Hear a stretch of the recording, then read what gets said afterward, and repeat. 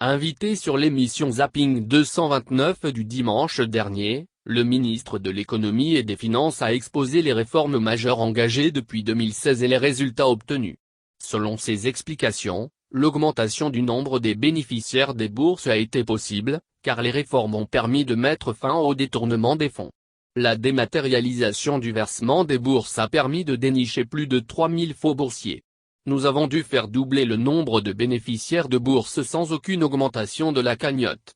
L'argent était volé, a-t-il fait savoir. Pour lui, aujourd'hui, le Bénin n'a aucun complexe à affronter n'importe quelle institution financière internationale pour la mobilisation des ressources externes. Quant au paiement des pensions des fonctionnaires à la retraite, le ministre a expliqué qu'en 2016, il devrait attendre plus de 2 ans avant de toucher ces fonds. Mais, aujourd'hui, grâce aux réformes, le Bénin est le seul pays dans l'espace CEDEAO où lorsque le fonctionnaire va à la retraite en janvier, déjà en février, il touche sa pension. Sur le plan de la réforme relative au voyage officiel, il a révélé que le Bénin économise 13 milliards chaque année. Cette économie est mise au niveau des cantines scolaires pour nos enfants.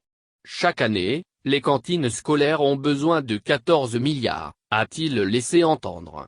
Au niveau de l'organisation des examens et concours, des dépenses fictives étaient effectuées, a fait savoir l'Argentier national. Et là également, le gouvernement a réussi à économiser 5 milliards et pourtant les examens s'organisent toujours. Par ailleurs, il a déclaré qu'en 2016, le Bénin n'était pas connu des marchés financiers. Mais depuis l'accession du régime de la rupture au pouvoir, un travail a été fait pour améliorer la crédibilité du pays sur la scène internationale. En 2018 par exemple, nous avons levé 230 milliards pour le projet asphaltage sur 10 ans avec un taux d'intérêt de 5%. C'est historique. En 2018, nous avons effectué une opération magique unique de reprofilage qui nous a permis de gagner 50 millions d'euros. Nous avons levé 170 milliards sur 12 ans avec un taux d'intérêt de 3%.